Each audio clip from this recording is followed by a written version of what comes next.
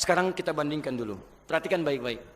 Dulu jahiliyah, kasar, pencela, pemukul, pembunuh, macam-macam dan sebagainya. Turun Al-Quran, dijelaskan lewat hadis, dipraktekkan lewat sunnah. Berubah jadi lembut, pencela jadi pecinta, pemukul jadi perangkul, yang kasar jadi lembut luar biasa, yang pelit juga menjadi luar biasa, pemberi dan sebagainya. Ayo kita bandingkan dengan kita sekarang. Al-Qurannya sama tidak? Ada yang hilang hurufnya? Tidak. Dijaga oleh Allah sampai berakhir kehidupan. Quran surah 15 ayat ke-9. Paling kanan di pertengahan. Inna nahnu nazzalna dzikra wa inna lahu lahafizun. Kami yang turunkan Al-Quran sebagai pengingat bagi kita semua.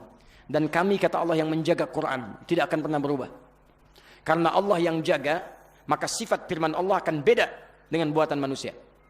Tidak percaya silakan. Antum cek Al-Quran dari sejak diturunkan sampai sekarang. Karena firman Allah nggak ada yang berubah. Bahasa manusia bisa berubah. Bahkan ada yang disempurnakan. Ejaan yang disempurnakan. Kitab yang direvisi. Ada. Al-Quran tidak. Silahkan cek. Karena Quran firman Allah. Maka dijamin oleh Allah bukan cuma kemudahan. Mudah untuk dihafalkannya. Bahkan 4 kali kemudahannya disebutkan di satu surah yang sama. Surah 54, ayat 17, ayat 22, ayat 32, ayat ke-40.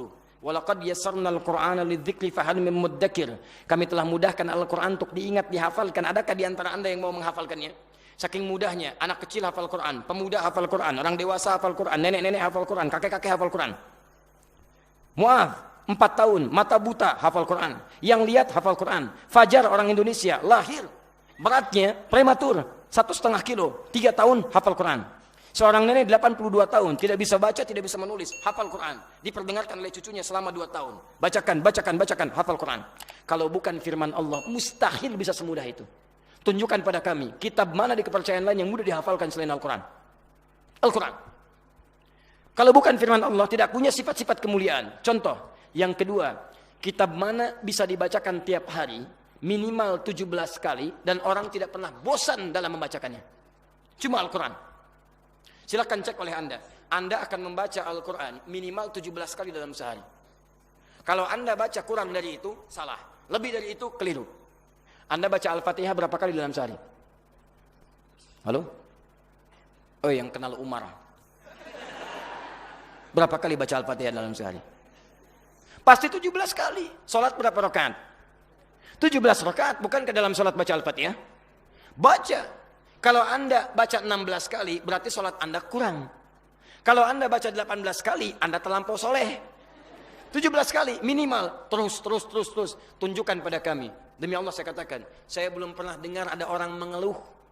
Ustaz, pusing kepala saya. Kenapa? Bosan. Bosan apa? Baca Al-Fatihah. Gak ada. Kalau Al-Quran bukan firman Allah, mustahil ada sifat seperti itu. Kitab mana yang dibacakan 17 kali dalam sehari tidak bosan orangnya? Mustahil. Anda baca kitab lain, gak akan punya sifat seperti itu. Dan hebatnya, begitu dibaca, setan ikut kemudian bernaung di dalamnya, membuat orang jauh darinya. Cuman Al-Quran yang kalau dibaca, bosan enggak, cuman cepat ngantuk. Cepat ngantuk. Gak percaya silahkan. Internet baca sekian status dibuat 2 jam, biasa. Al-Quran 2 menit, 10 menit, setan bermain di dalamnya. Cuman Al-Quran dibaca tidak bosan. Hebatnya, lihat baik-baik ya. Saya punya bacaan. Dituliskan misalnya dalam tulisan Cina atau Jepang. Dibaca enggak? Saya punya bacaan, saya kasih Bapak. Bacaannya bahasa Jepang, bahasa Cina misalnya. Dibaca enggak? Kenapa? Tidak ngerti. Masya Allah. Quran nggak ngerti, masih dibaca. Silakan cek. Apa semua orang yang baca Quran ngerti isinya? Tidak. Tapi masih mau baca. Dan belajar lagi. Belajar cara bacanya. Masya Allah. Ibu sedang belajar apa? Belajar tajwid. Buat apa? Baca Al-Quran. Ngerti nggak? Enggak. Tapi mau dibaca. Kalau bukan firman Allah, mustahil seperti itu. Sekarang cek. Qurannya sama, dijaga setiap hurufnya, bacaannya sama, tajwidnya sama, wakafnya, ibtidanya, macam-macamnya, teorinya sama, kitabnya sama, hadisnya sama, nabinya sama. Hasilnya sama enggak? Dulu jahiliyah, belajar Quran, dapat hadis, praktek sunnah, kasar jadi lembut. Antum keluar dari jahiliyah, kenapa belajar Quran, belajar hadis jadi pada kasar? Aneh. Kata Quran itu seharusnya lembut. Quran surah 48 ayat 29. Umat Muhammad itu lembut dengan sesama. Ruhama'u bainahum. Muhammad Rasulullah walladzina ma'ahu asyidda'u 'alal kuffar ruhama'u bainahum. Dia aneh kalau ada orang belajar Al-Quran tiba-tiba jadi kasar. Harusnya lembut. Nih yang paling aneh ya. Antum kenal Fir'aun? Antum kenal. Harus minum lagi saya. Luar biasa. Baik. Pemirsa, lengkap sudah ya. Nabi Umar Fir'aun. Mas, Fir'aun. Quran surah ke-20 ayat 43 sampai 44. Idhaba ila Fir'auna innahu tagha. Pergilah Musa dan Harun kepada Fir'aun. Dia sudah mulai menyimpang. Fir'aun itu tercatat dalam sejarah sebagai penguasa yang sangat lalim dan kejam. Lalimnya nggak ada saingan. Nggak ada saingan Pak Ibu. Bahkan mengaku Tuhan. Orang sekarang paling banter ngaku Nabi. Fir'aun ngaku Tuhan. Ana rabbukumul a'la. Saya Tuhan kalian yang paling hebat. Fir'aun hobinya bunuh orang. Bunuhnya dari bayi lagi.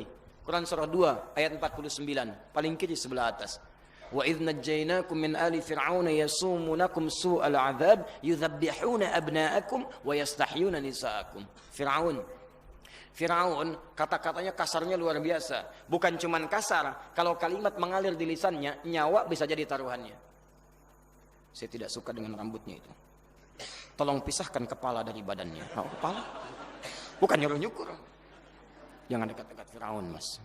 Tuh. Bukan disuruh dicukur, pisahkan kepala dari badannya. Makanya Nabi Musa ketika diutus dakwah kepada Fir'aun, mohon kepada Allah agar dilapangkan hatinya supaya mau menerima kalimat-kalimat Fir'aun. Gak cepat marah.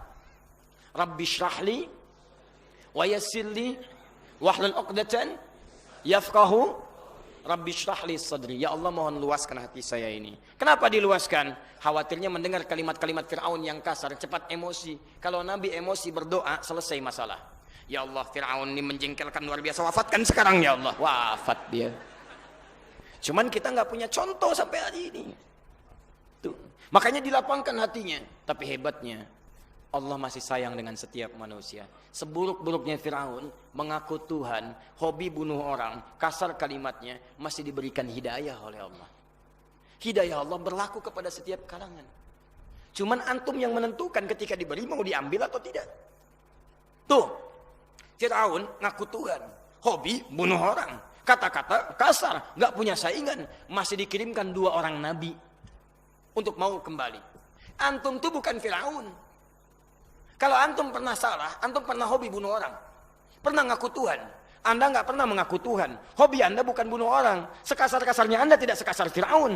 Kenapa Anda tidak mau tobat? Jangan bersaing dengan Fir'aun, Anda nggak akan menang. Nggak usah bersaing. Ya, termasuk yang punya kedudukan. Fir'aun tuh pasukannya banyak, luar biasa, bikin menara untuk neropong Tuhan. Oh, Haman bikinin saya menara, saya pengen neropong Tuhannya Musa katanya. Fir'aun teknologi canggih, kedudukan hebat, pasukan banyak, sombong, tenggelam. Antum punya kedudukan tapi tidak sedahsyat Fir'aun. Pasukan tidak sehebat Fir'aun. Kekuatan tidak sekuat Fir'aun. Hobi tidak sama dengan Fir'aun. Antum kedudukan cuman kecil, pengen ikutan sombong, antum telat. Terlambat.